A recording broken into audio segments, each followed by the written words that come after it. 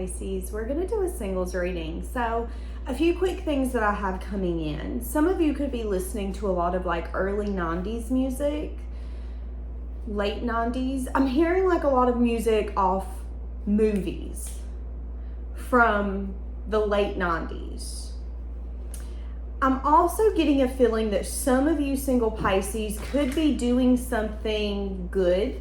This could be like donating things that you have in your home, maybe donating food out of your pantry before it goes bad. Some of you could be donating financially, but I am seeing some of you donating here coming up. Some of you could be donating your time. All right, let's see. Let's see what's coming in for you. I want to see what energy is around you in love. Why did I do that? That's interesting. Okay, there could be someone who knows that they made a mistake focusing on you. I don't know why, but I want to pull one more. And this person could be scared to come forward because they're scared you're going to reject them.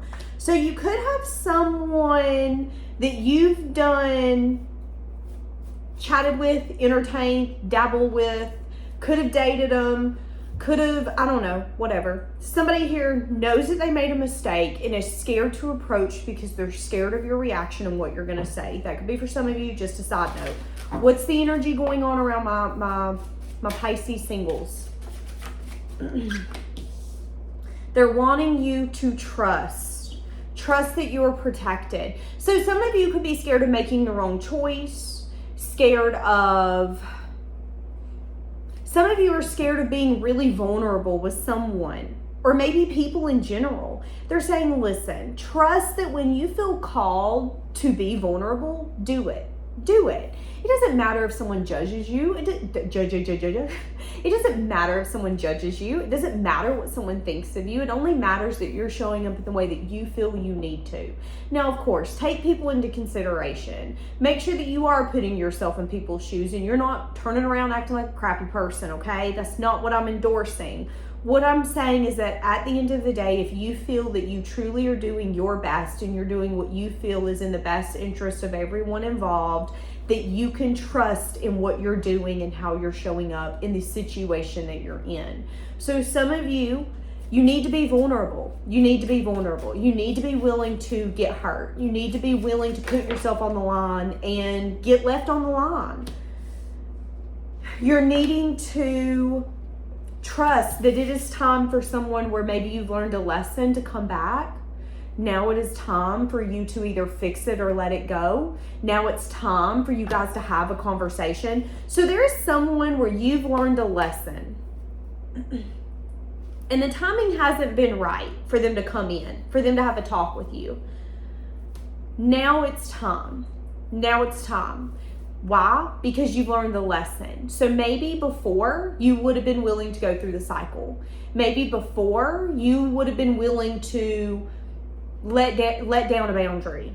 Negotiate when you shouldn't have negotiated. But because you've learned the lesson, the universe is like, listen, now it's time. Because if you decide to heal it with that person, it's because deep down you've thought about all the good, all the bad, what could go wrong, what could go right, what you're willing to lose. If you're just being codependent or if it's something that really sets your soul on fire. Some people, when they get out of relationships, it isn't that they miss the relationship because it brought value into their life. It's because they're codependent. It's because they feel that they are not valuable without that person.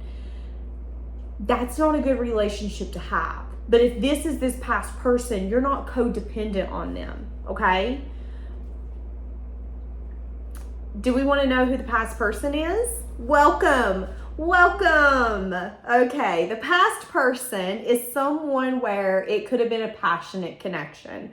So it could have been someone where it was a situationship. It could have been someone where you dated them for 2 weeks. It could have been someone where, let's say you guys had so much fun together, but then when they were out of your presence, they wouldn't text you, they wouldn't call you. It could have been that kind of energy. It was all consuming when you guys were around one another. But you might not have shared the same vision and how you wanted to show up in life and what you wanted. And there could have been a lot of unhealed wounds that blocked movement forward. There could have even been other other people interfering. People that were your support system and people that were their support system could have gotten in the way, okay? I am seeing that there is still a lot of chemistry there. So I am seeing that when that person comes back, you guys are still going to be attracted to one another. You're still going to text me or message me and go, Danielle, they still hot. Okay. But I also feel that you, with the you've learned a lesson, you now see them as, oh my God, they're hot. Oh my God, they're great. But you also see their inconsistency. You also see the inability for it to get past just passionate. You're able to see it through clear eyes. If you were once in denial don't live here no more. You learned that Delulu is not always a Salulu, okay? That's what I'm saying here. So that could be why it's time for this person to come back. So you know what I'm getting? I'm getting you're in your own little world and somebody's wanting your attention. How does that make you feel? What do they want from you? So they're wanting you to trust why this is coming back. Some of you might get pissed that this person's going to reach out. Some of you are going to, okay. They said, tell them to not act the way that that person would have acted. Because if you do, it doesn't make you any better than them. Now, someone commented this the other day, and I'm going to bring it up. The person said, don't lower yourself to their vibration because we then match them and we're no better than them. It isn't about being better. It isn't about,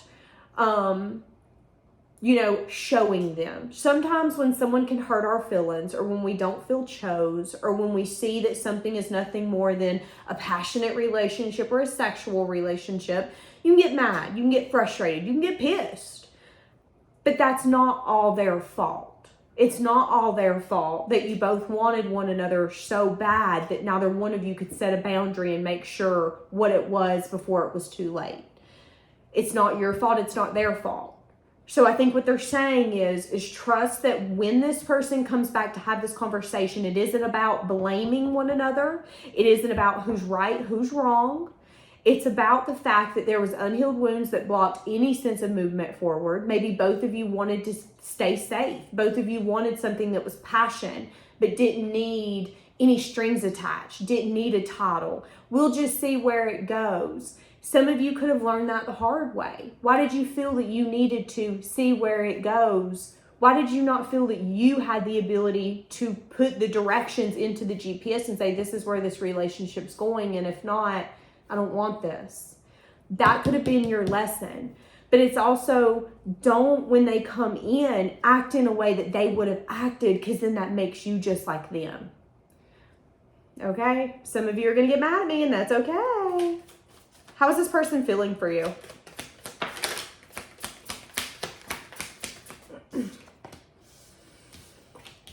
Feeling like they want something to transform, feeling like they want to let the past go and build some sort of foundation or future, feeling like they want to put in the effort, feeling like it could have taken some time for them to figure out their life path, but that they've really missed you. And without you, they have felt left out in the cold, and they now want nothing more than to build a commitment or a celebration. They want nothing more than to build a commitment, a foundation that can be celebrated. That's what I meant when I said a celebration. They want to be able to build a foundation that can be celebrated. Okay, so I feel like this relationship's energy has shifted, which could be why they're telling you for you to trust in what's happening. Because some of you are going to feel like it's a sick fucking joke. This is a sick joke, right?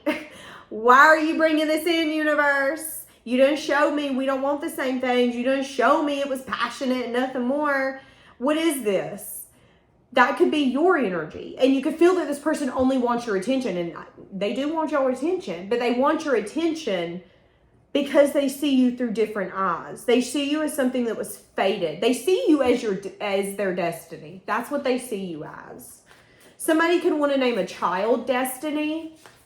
I don't know why, but I feel like somebody could be staying at a vacation place with the word destiny in it. Destiny by the sea, Destiny Oasis. I don't know if that's a cruise ship. Don't know. But I keep seeing destiny and I keep seeing vacation spots. So if that's yours, you're going to know, okay? So this person is ready for a new direction. They're wanting time alone with you, wanting to break free, wanting to break free from the current cycle and open themselves up to a new cycle. They could be in the moment of feeling depleted, trying to recharge and figure out what the future looks like and how they need to plant those seeds. Trying to be patient, but losing their patience. They are telling you to take it slow. And they are telling you that, okay, so first off, they're telling you whether you take this person back or you date new people, they're saying, listen, everybody's going to have a red flag, okay? Everybody's going to have a red flag. It said it underneath it. It said, listen, be patient, but also recognize that you ain't going to find a perfect person. Everyone is going to have body odor. Everyone is probably going to get on your nerves sometimes.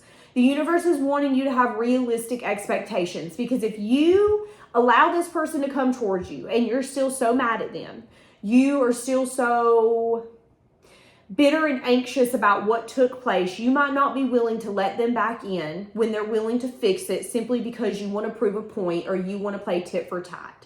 And they're saying at the end of the day, you're not going to get anyone who's perfect. What you have to do is choose the person that you are willing to fight hell and high water for. You got to choose the person that you're willing to go to battle for. You got to choose the person that you're willing to fight your own family for if you got to. Who are you willing to fight the world for? Whose back are you willing to have? And if you're not willing to have this person's back, ask yourself why. Is it because you'll never be able to trust them again? Is it because now that they're coming back, you want to prove a point that, oh, you didn't want me then, you can't have me now? Because if so, are you not hurting yourself as well? Ask yourself those questions. Because they're also saying that if you are so adamant that you're going to get a new person, and they're going to be bigger, they're going to be better, they're going to be brighter, you might not see that everybody's going to have a red flag. Everybody's going to have one thing about them that you're going to be like, I don't know if I want to deal with that. And that could be your red flag. Your red flag could be, as a single person, you have the tendency to reject people because you don't want to become too vulnerable. So you always see problems that are maybe there, but you illuminate them in a way that's not necessarily in the benefit for you. Here's an example. Let's say that you're like, okay, well, this is the reason I'm not dating someone, is because every time I date someone, they're trash. They're A, they're B, they're C. Okay, well, everybody's going to be trash in some way. You might want someone to be perfect in every single way, but that's not going to be possible. You might say, well, I want a partner who picks up after themselves. Okay, awesome, perfect, great. They might pick up after themselves, but their spending might be out of the wooza. You might be like, God, you spend more money than a drug dealer. Can you live with that? Or is that another red flag? It's okay for you to see things as red flags, but at what point are you getting in your own way? And at what point are you waving flags just because it's a way for you not to be vulnerable, you not to let your guard down, and you not possibly get hurt? Because if you're so scared of getting hurt again, you're going to be less likely to let someone in just because they might hurt you. Well, this might happen. This might take place. And you're right, it might take place, but it might not.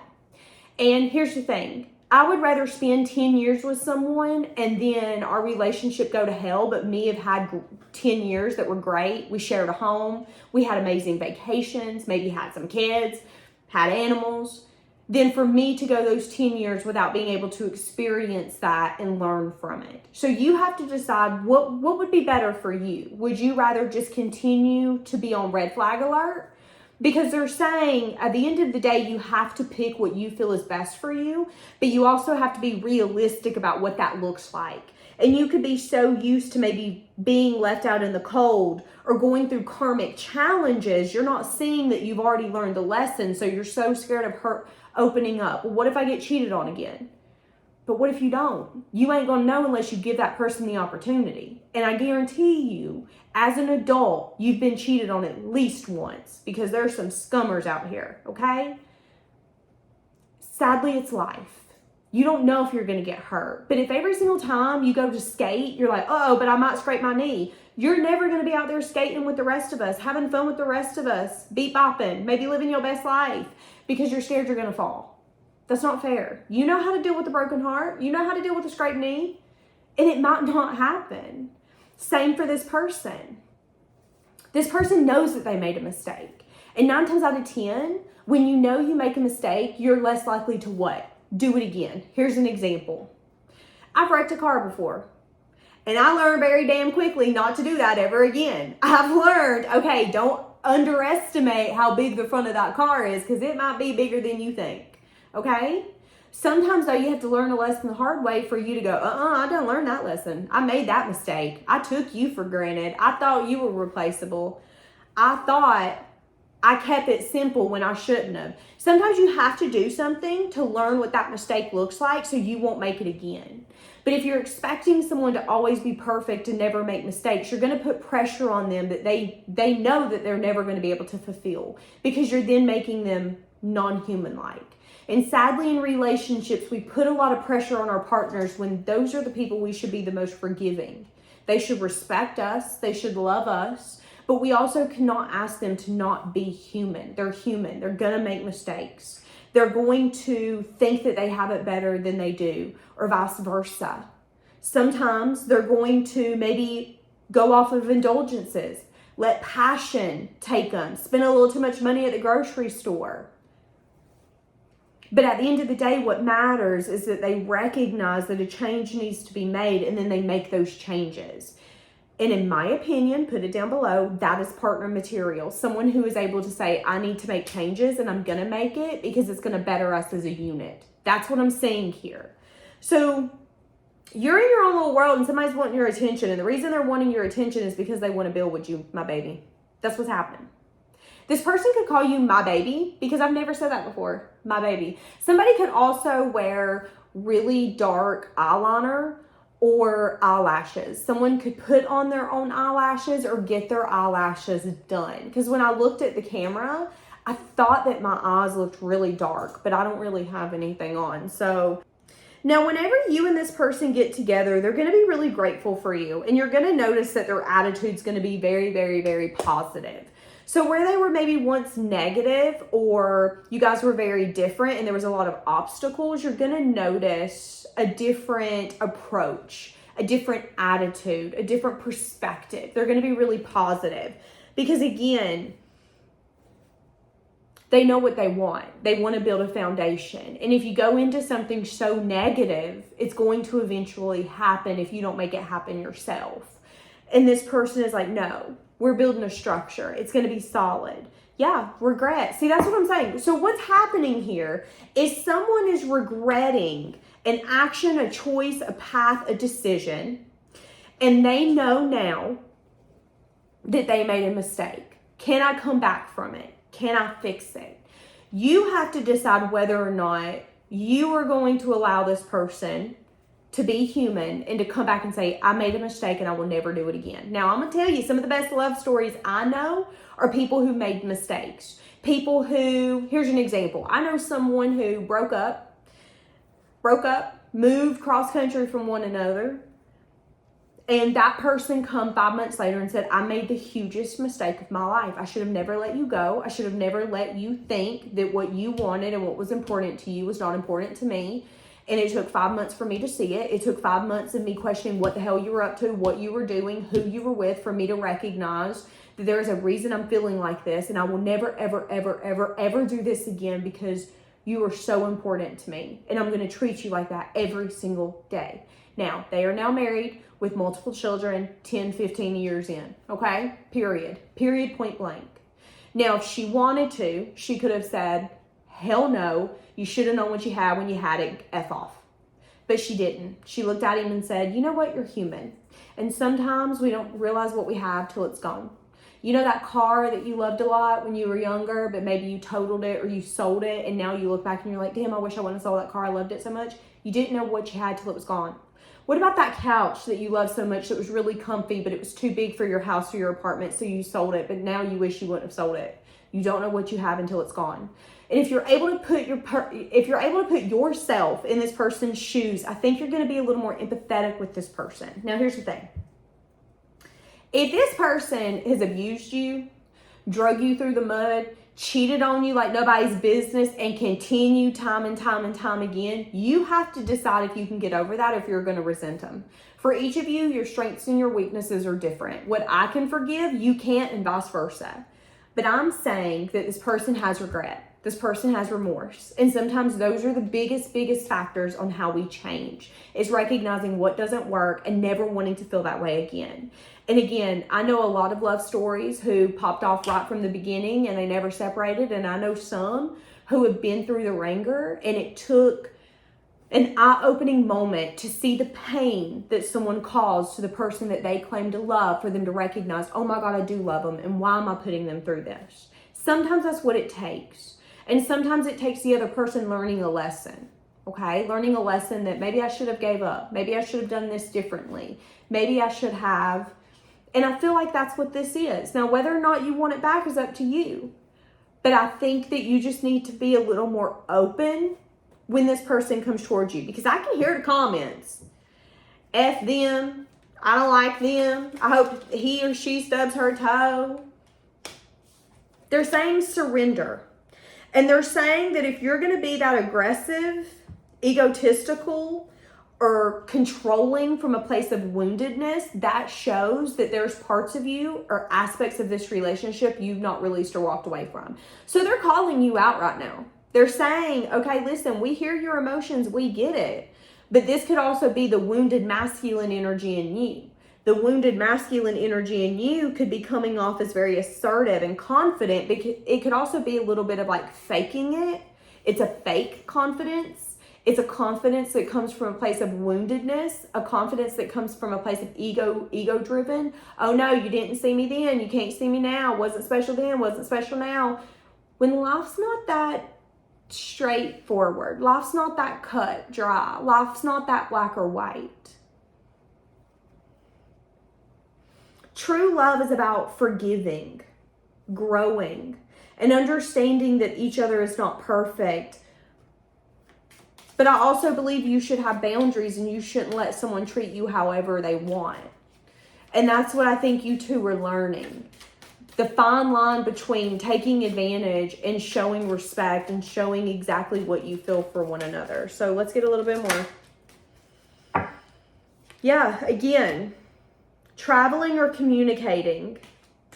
Someone here could be watching you. This could be someone externally. Okay, there could be an ex-lover, whether it's an actual boyfriend, girlfriend you had, spouse, a boo thing, a booty thing, whatever you want to call it. There could be an ex-person, ex-time filler is what we're going to call them. Someone attached to them could be watching you. It could be someone that they work with. It could be a family member of them. It could be a friend. It could be another person that they were entertaining. That person's watching you any way that they can, because they envy you. So they keep tabs on you. They could feel like you're some sense of competition. They could feel, if this is like, this is interesting, but let's say that you were entertaining someone and you didn't know that they were entertaining other people. Let's say that you found out. Let's say that you seen a text message come up and you were like, oh, you got more than just me. Okay, I'm just going to ghost. The other person that they were entertaining, male or female, do not care, does not matter. That person could look you up. That person could keep eyes on you any way that they can. They could ask about you. They could look you up in their phone to see if you guys have been talking. It's because they are that person's karmic and they're envious of you. They could be trying to figure you out and trying to figure out if you and that person are still talking, dabbling, or entertaining one another. So they could be jealous. They could be feeling like, well, I know you were their favorite. They might not actually know that. I know that did we hear that jet?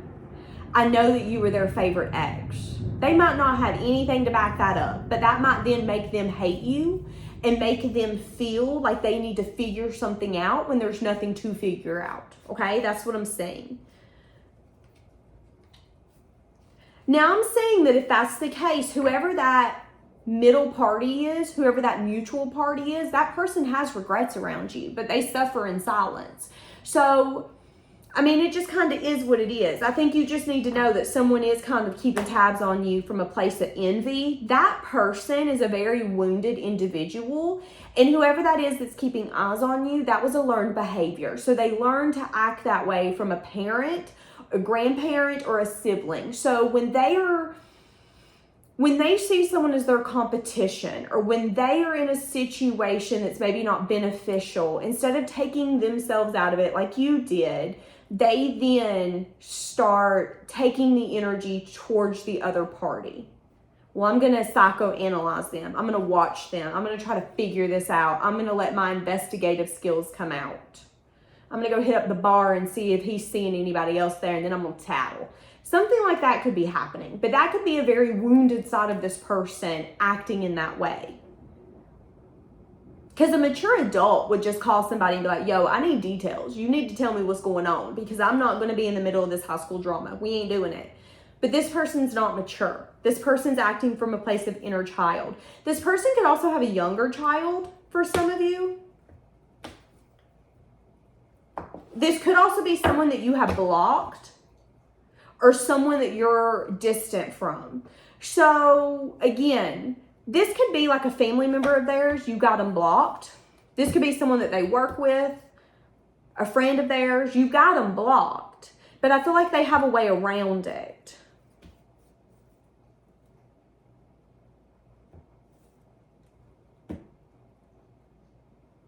Envying you, trying to figure you out, gathering information on you. And all that they're gathering is that you're focusing on yourself, and that you have some sort of success and victory, or that you've recently been promoted, and that you see everything clear as day. So whoever it is that's watching you sees you as someone who's happy-go-lucky. So whatever they're watching, whoever they're talking to or asking, they're only getting good news, which could be making them envy you more. Just to let you know. Okay, so I'm going to leave this here. Have a blessed day.